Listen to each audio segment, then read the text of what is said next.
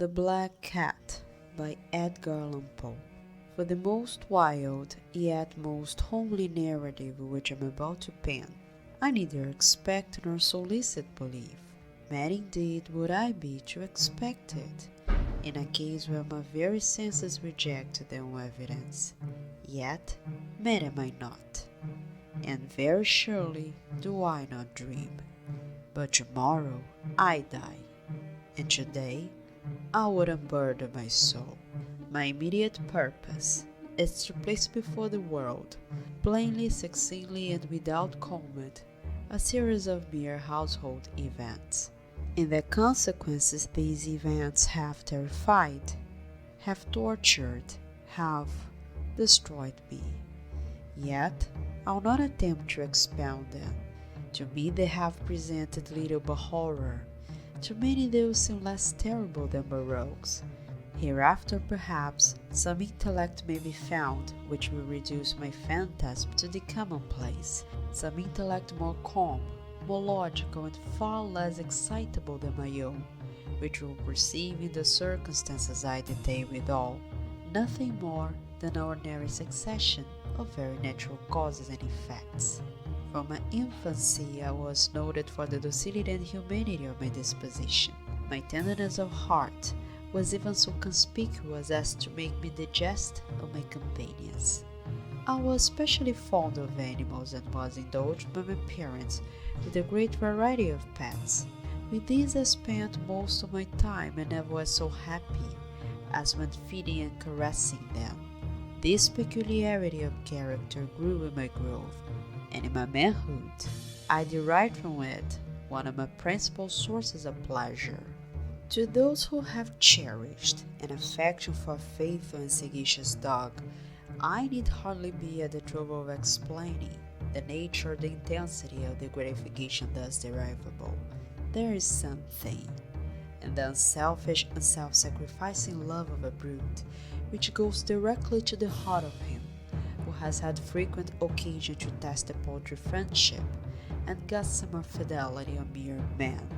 I married early, and was happy to find in my wife a disposition not uncongenial with my own. Observing my partiality for domestic pets, she lost no opportunity of procuring those of the most agreeable kind. We had birds, goldfish, a fine dog, rabbits, a small monkey, and a cat. This latter was a remarkably large and beautiful animal, entirely black, and sagacious to an astonishing degree. In speaking of his intelligence, my wife, who at heart was not a little tinctured with superstition, made frequent allusion to the ancient popular notion which regarded all black cats as witches in disguise. Not that she was ever serious upon this point, and I mention the matter at all for no better reason than that it happens, just now, to be remembered. Pluto, this was the cat's name, was my favorite pet and playmate. I alone fed him, and he attended me wherever I went about the house. It was even with difficulty that I could prevent him from following me through the streets. Our friendship lasted, in this manner, for several years, during which my general temperament and character, through the instrumentality of the fiend intemperance, had, I blush to confess it, experienced a radical alteration for the worse. I grew, day by day, more moody, more irritable, more regardless of the feelings of others. I suffered myself, to use intemperate language to my wife. At length, I even offered her personal violence. My pets, of course, were made to feel the change in my disposition. I not only neglected, but ill-used them. For Pluto, however, I still retained sufficient regard to restrain me from maltreating him, as I made no scruple of maltreating the rabbit, the monkey, or even the dog, when by accident or through affection they came in my way. But my disease grew upon me, for what disease is like alcohol, and at length even Pluto, who was now becoming old and consequently somewhat peevish, even Pluto began to experience the effects of my ill temper. One night, returning home, much intoxicated from one of my haunts about town. I fancied that the cat avoided my presence. I seized him, when, in his fright at my violence, he inflicted a slight wound upon my hand with his teeth. The fury of a demon instantly possessed me. I knew myself no longer. My original soul seemed at once to take its flight from my body, and the more than fiendish malevolence nurtured thrilled every fiber of my frame. I took from my waistcoat pocket a penknife, opened it, grasped the poor beast by the throat, and deliberately cut one of its eyes from the socket.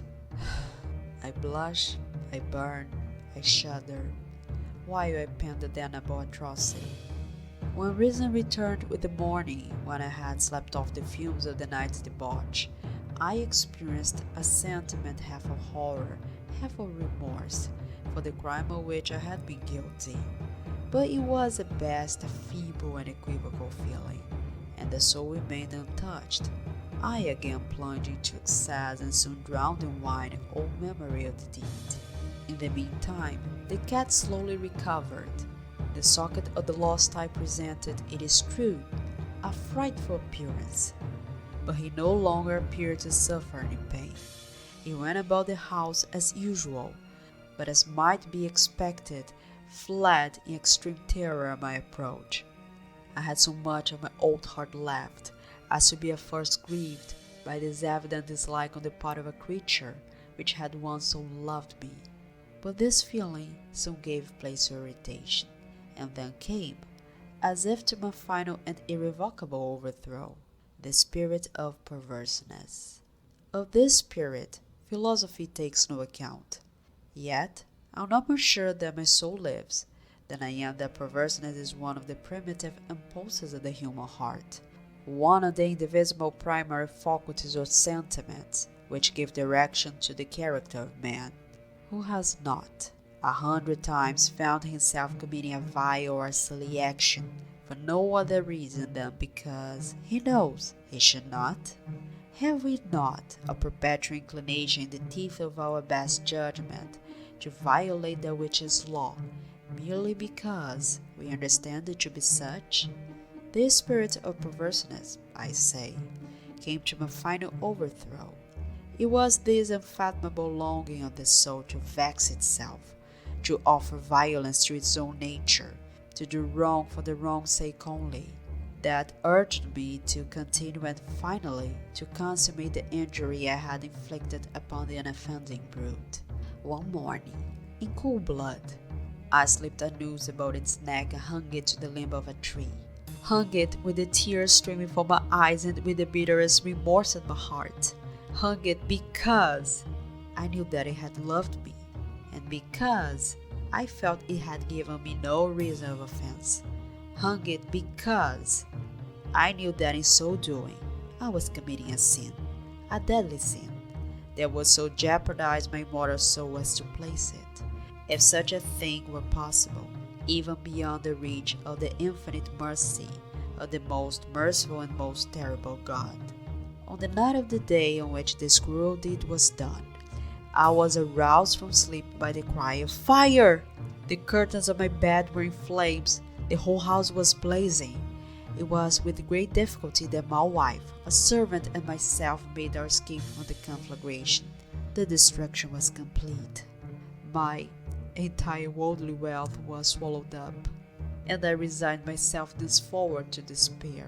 I am, above the weakness of seeking to establish a sequence of cause and effect between the disaster and the atrocity, but I am detailing a chain of facts, and wish not to leave even a possible link imperfect.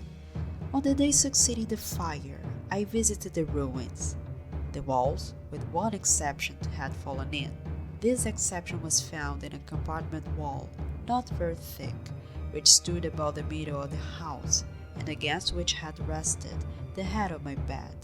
The plastering had here, in great measure, resisted the action of the fire, a fact which I attribute to its having been recently spread. About this wall, a dense crowd were collected, and many persons seem to be examining a particular portion of it with very minute and eager attention. The words strange, singular, and other similar expressions excited my curiosity. I approached and saw, as if graven in bas relief, upon the white surface, the figure of a gigantic cat. The impression was given with an accuracy truly marvelous. There was a rope about the animal's neck. When I first beheld this apparition, for I could scarcely regard it as less, my wonder and my terror were extreme. But at length, reflection came to my aid. The cat, I remembered, had been hung in a garden adjacent to the house. Upon the alarm of fire, this garden had been immediately filled by the crowd, by someone of whom the animal must have been cut from the tree and thrown through an open window into my chamber.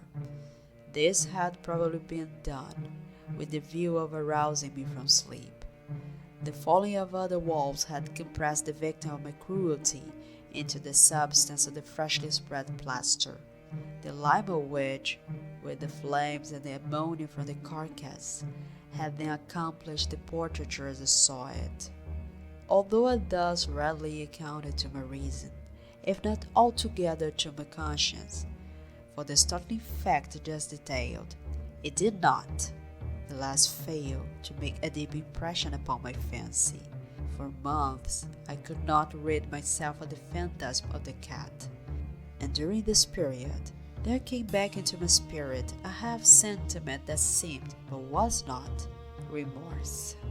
I went so far as to regret the loss of the animal, and to look about me among the vile haunts which I now habitually frequented, for another pet of the same species and of somewhat similar appearance, with which to supply its place.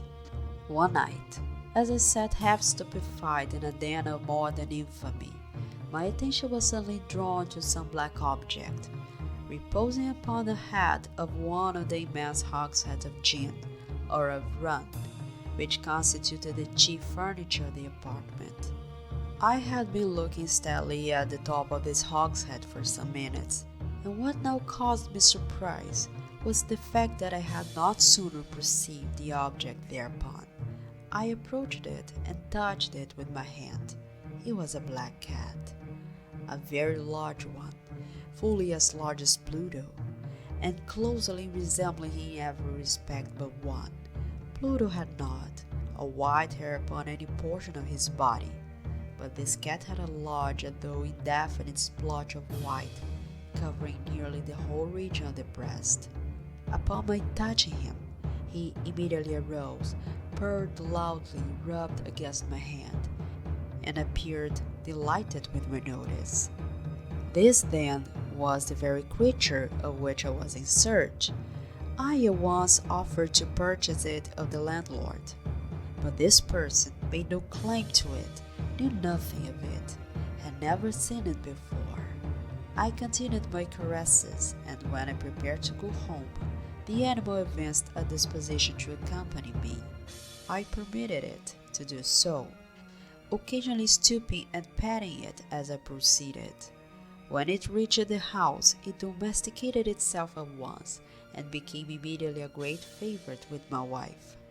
For my own part, I soon found a dislike to it arising within me. This was just the reverse of what I had anticipated, but I know not how or why it was, its evident fondness for myself rather disgusted and annoyed me. By slow degrees, these feelings of disgust and annoyance rose into the bitterness of hatred. I avoided the creature, a certain sense of shame, and the remembrance of my former deed of cruelty, preventing me from physically abusing it. I did not, for some weeks, strike or otherwise violently ill-use it, but gradually, very gradually, I came to look upon it with unutterable loathing, and to flee silently from its odious presence as from the breath of a pestilence. What added no doubt to my hatred of the beast was the discovery, on the morning after I brought it home, that like Pluto, it also had been deprived of one of its eyes, The circumstance, however, only endeared it to my wife, who, as I have already said, possessed in a high degree that humanity of feeling which had once been my distinguishing trait, and the source of many of my simplest and purest pleasures. With my aversion to this cat, however, its partiality for myself seemed to increase. It followed my footsteps with a pertinacity which it would be difficult to make the reader comprehend. Whenever I sat, it would crouch beneath my chair, or spring upon my knees, covering me with its loathsome caresses. If I arose to walk, it would get between my feet, and thus nearly throw me down, or fastening its long and sharp claws in my dress, clamber, in this manner, to my breast. At such times, although I longed to destroy it with a blow, I was yet withheld from so doing, partly by a memory of my former crime, but chiefly, let me confess it at once, by absolute dread of the beast. This dread was not exactly a dread of physical evil, and yet I should be at a loss how otherwise to define it.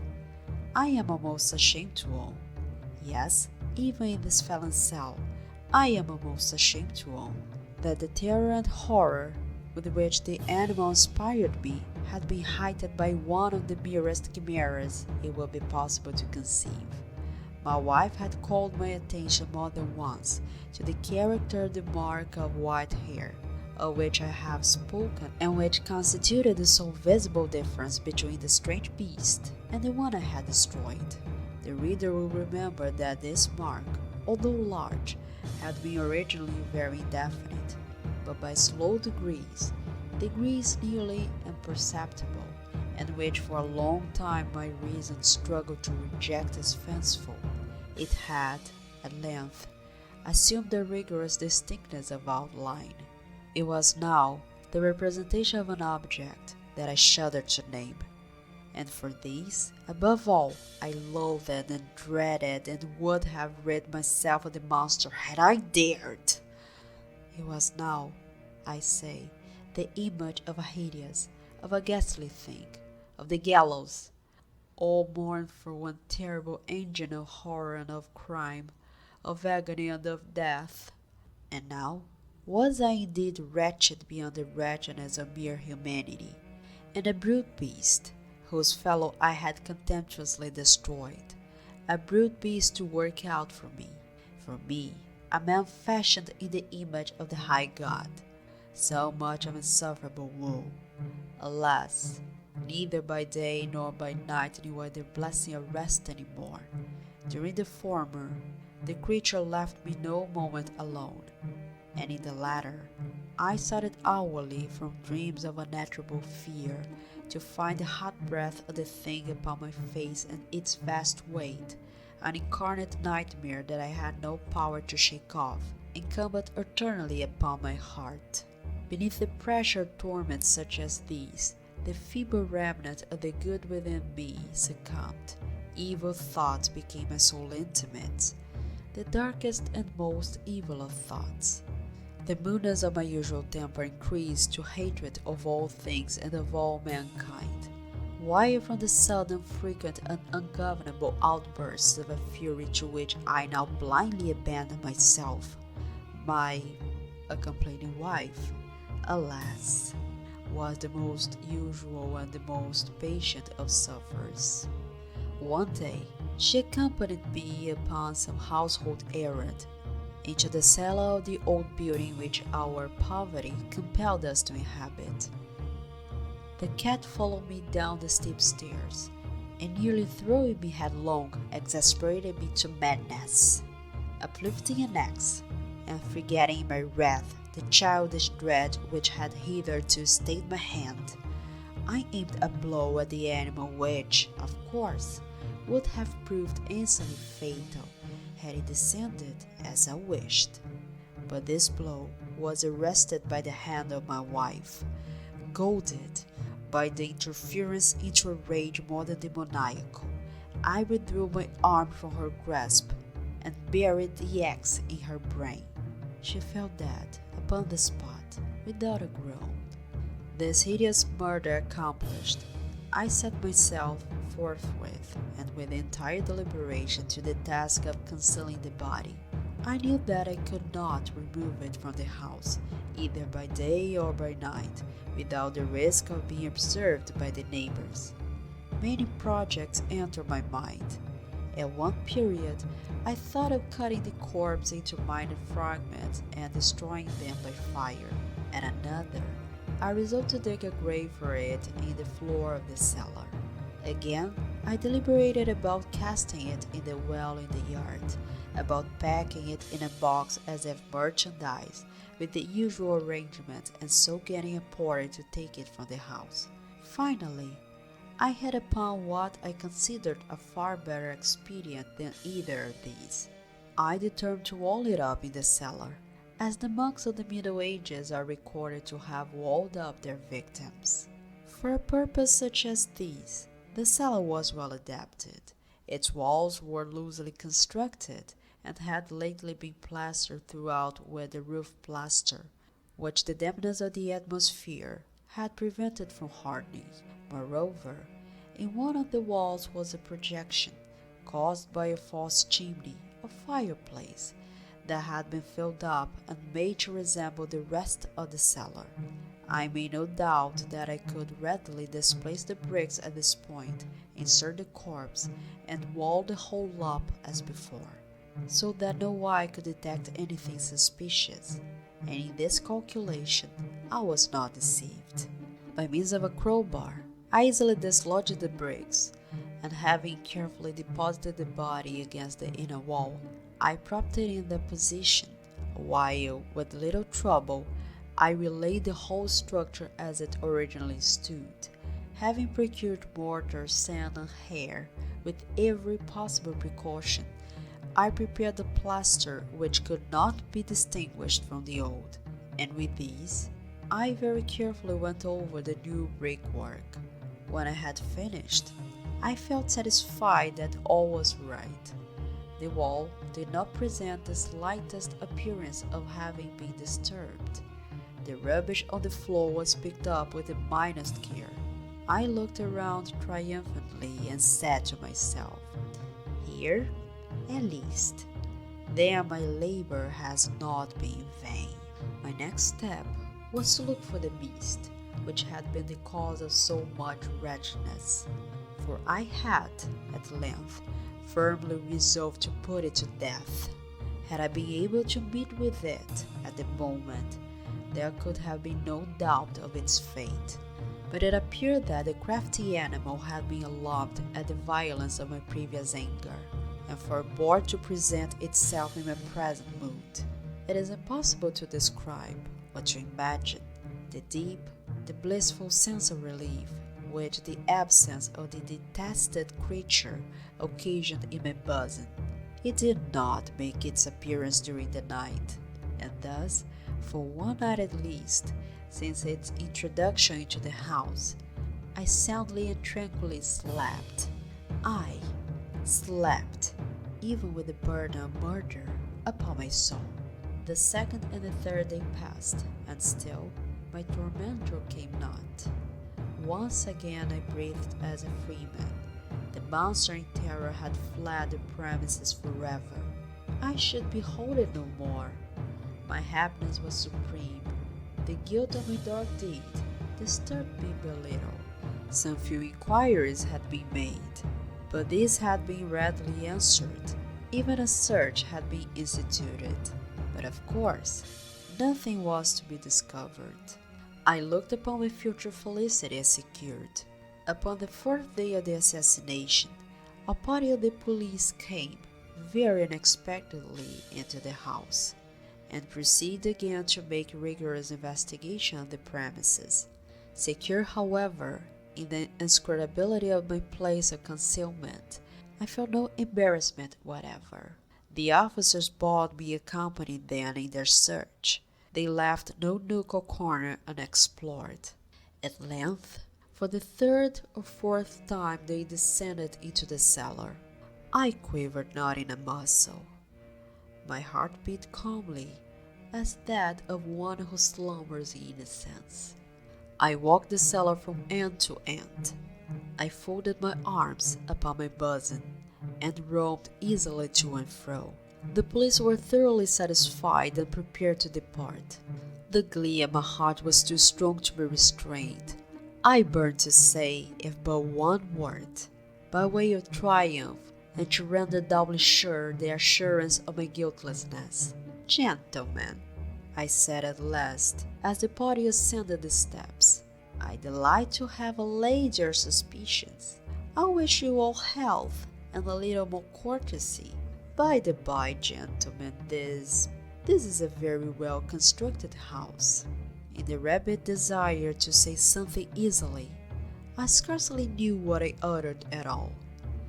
"I may say, an excellent well-constructed house. These walls, are you going, gentlemen? These walls are solidly put together, and here, through the mere frenzy of bravado, I rapped heavily with a cane, which I held in my hand, upon that very portion of the brickwork behind which stood the corpse of the wife of my bosom. But may God shield and deliver me from the fangs of the arch-fiend! No sooner had the reverberation of my blows sunk into silence than I was answered by a voice from within the tomb, by a cry, at first muffled and broken, like the sobbing of a child, and then quickly swelling into one long, loud, and continuous scream, utterly anomalous and inhuman. A howl, a wailing shriek, half of horror and half of triumph, such as might have arisen only out of hell, conjointly from the throats of the damned in the agony and of the demons that exult in the damnation. Of my own thoughts, it is folly to speak. Swooning, I staggered to the opposite wall. For one instant, the party upon the stairs remained motionless, through extremity of terror and of awe. In the next, a dozen stout arms were toiling at the wall. It fell bodily. The corpse, already greatly decayed and clotted with gore, stood erect before the eyes of the spectators.